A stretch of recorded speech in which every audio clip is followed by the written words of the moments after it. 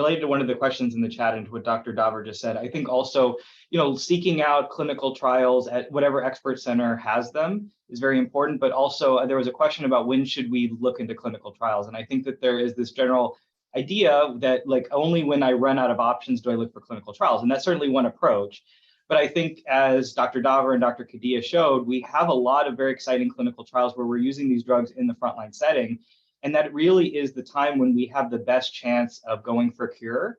And it's so important to give all of your best therapies at the very beginning. So I encourage anybody who has a new diagnosis of AML not to think, okay, well, let me see, I'll let my doctor see if everything goes well, and then maybe I'll consider going somewhere later. But to really think about it in the very beginning, when I think you're going to have the best, actually, you're probably going to benefit most from these therapies the earlier they're used in the course of therapy.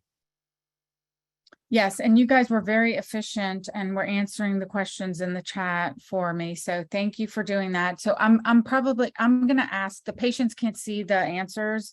So I'm going to go ahead and ask some of the questions. And if you already answered them, we'll just see if anyone else in the group has anything to add, or if you can repeat your answer.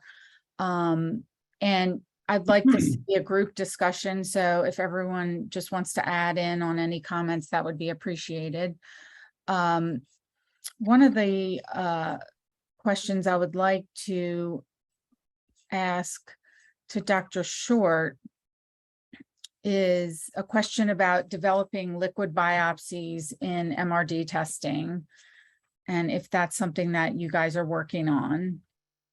Yeah, this is something that actually I have a lot of interest in. I think something that would be beneficial to patients as well, just even from kind of a logistical standpoint. From, understandably, a lot of patients aren't excited to have multiple bone marrows especially once they're in remission. And that's currently what we're having to do. We're having to repeat bone marrows every 3 months because we really want to continue to document, for example, MRD negativity. So we're really trying to develop these liquid biopsies. I don't really foresee them replacing, for example, the initial diagnostic bone marrow, because we really have to look at the structure of the cells.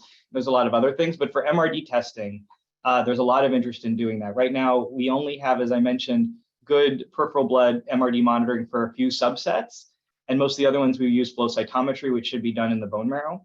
But we're looking at some ways of monitoring these mutations that might persist. And I think that'll make things a lot easier for patients. And it also allows us to do MRD testing more frequently, which I think ultimately is going to be better, because we want to detect as early as possible if there's, for example, MRD recurrence. So yes, we have a lot of interest in developing these, and hopefully there'll be some coming soon. Okay, thank you. One question that was actually interesting to me, is there any knowledge or linkages between causes of AML and the genetic types of AML? I remember when my husband was diagnosed, I had asked that question about genetics, and I was told, no, this isn't something that is genetic. But now I understand there are genetic forms of AML. So if someone could speak to that. Sure. Thanks, Karen. So I answered this question online, but since I guess maybe when your husband was diagnosed, there's been a lot more knowledge about the biology of AML, and that we are starting to realize that there are some genetic linkages, as was asked, between not only mutations that people are born with, but also things that happen throughout their life. For example, we've known for a while that patients who receive, let's say, therapy for other cancers like breast cancer, sarcoma, lymphoma, with chemotherapy or radiation therapy for those diseases, we know that a subset of those patients later on in life will develop acute myeloid leukemia, or therapy-related AML, we call it. And we know that a large percent of those patients who receive what we call alkylating agents or even anthracyclines or radiation therapy can develop AML that has certain chromosome abnormalities. We call them monosomal or complex karyotype, but a large proportion of those patients will have P53 mutations. So that's sort of a link between therapy they received and what happens now. More recently, there's drugs called PARP inhibitors, which are used in ovarian cancer. Similar, we found case reports and case series that the majority of those after PARP inhibitors or MDS have P53 mutations. So it seems to be a common pathway. Now, going back to sort of genetic predisposition syndromes, there are newer disposition syndromes being discovered, such as the GATA2 mutations or RUNX1 mutations, or something called DDX41 mutations. These are genes that you're born with, that you may have inherited from your mom or dad, and that can predispose patients to developing MDS or AML in their lifetime, often at a young age, in their 30s, 40s, or 50s, for example. So there are new knowledge is being discovered, and we are trying to associate these things with certain subtypes of AML. Great. Thank you so much. That actually leads into another question that one of our patients asks, and you did answer this, but I'd like to just have you answer it for the group. But is there research or are there clinical trials for RUNX1 that offer promise? Sure. So, RUNX1 was in the EL. Yeah. Okay. So RUNX1 in the ELN 2017 classification system was considered adverse or poor risk disease. What we found, especially with some, and again, it's important to know that a lot of these risk classification systems, they're based on the therapies that were available at that time, so intensive standard chemotherapy. Now with newer therapies, including things like venetoclax, which many of us showed you, both HMA venetoclax, the cladribine LDAC venetoclax, or even intensive chemotherapy venetoclax, we're starting to see that maybe those same rules don't apply. And so when we actually did a study, I think Dr. Short may have been involved, when we looked at RUNX1 mutated acute myeloid leukemia, we saw that when they were treated with HMA-based therapies, the ones I described, they actually didn't do so poorly, that their response rates were very high with the venetoclax-based therapies, and their survival was not poor, much as what had been experienced before with standard therapy. So I think that things have changed. I think certainly ven-based therapies would be active.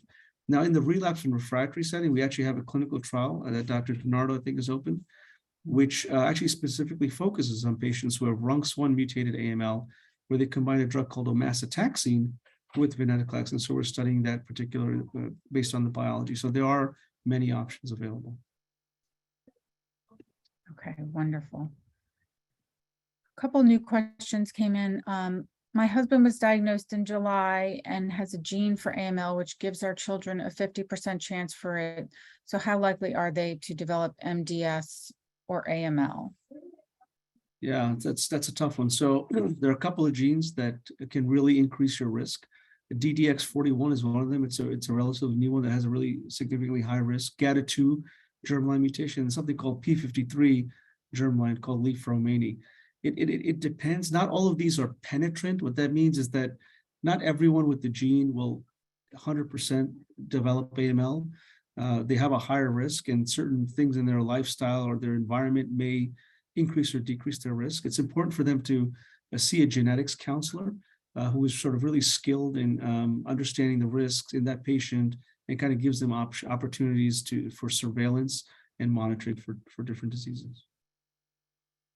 Yeah, and in addition to that, I think it may also play into the transplant setting, because if you're considering using haplo donors, which we do, and we have a patient exactly like this right now with, I think, Dr. Oran and Im, that is something that you may want to discuss with a hereditary leukemia clinic to get extended sequencing before proceeding with transplant, using one of them as a donor. Maybe Dr. Oran, you want to add some comment? Yeah.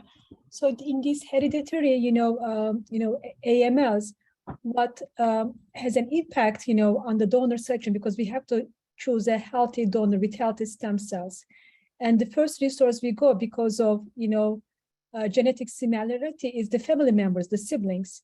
And when you have a hereditary, condition affecting the bone marrow, your siblings, your children who are your possible donors may carry the same problem. In that case, using them would be no sense. So when we have a patient who has a genetic predisposition to develop leukemia, after we confirm that in the patient through the genetic counseling, we always check the family members who we consider to use as a donor. If they are negative, because not everybody may get the same gene from their ancestors. So, having a case, the patient with a hereditary predisposition doesn't mean that all the family members should carry the same. But if they carry, then we kind of cannot use them as a donor. So that's a very important decision point for us. Okay, thank you, Dr. Oran. Okay, one more, and then we're going to have to wrap up the Q&A here. I'm in my 14 months post-transplant status with CR with no MRD. How can I make sure that I can keep myself healthy so that I can stay in CR status? I'm 60 years old. Thank you. It is actually great that she is 14 months after transplant without minimal residual disease, because most of the relapses happen within the first year after transplant, 85%. This is, very well established in all the studies. And still some people may relapse, but most of them within the 2 years. Relapsing beyond 2 years is very, very rare. And I think, the fact that she's in remission for 14 months is a great sign that she will remain that way. She will require another bone marrow biopsy when she's 18 months. That is how our procedure at MD Anderson. We check it at 1 year, then at 1 year and a half, 18th month, and then 24 months to be sure that there is no minimal residual disease. What she can do at this moment, I think for disease, she can't do anything. She got the transplant and it looks like that it's working well, but she can do lots of things to minimize transplant long-term complications. That is basically sun avoidance, because sun exposure may increase risk of skin graft versus host disease. All our transplant patients are at risk for accelerated rate of osteoporosis.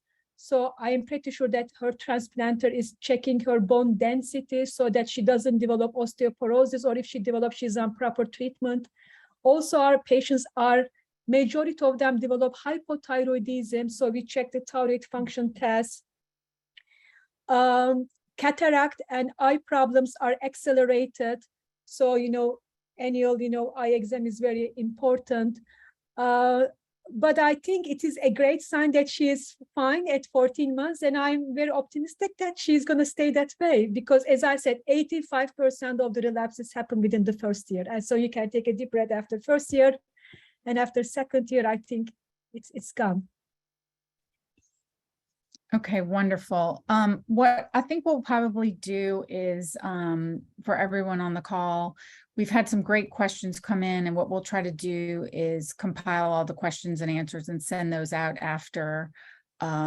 And if you have any other additional questions, you can email us here at HealthTree, and we will get those questions answered for you. So just want to thank you all so much today. I know that some of the doctors may have to drop off. They have other responsibilities and rounding to attend to before we move on to part 2. So thank you all again for sharing your time and knowledge with us today. It's just been really wonderful and amazing information. So thank you again. Thank you so much.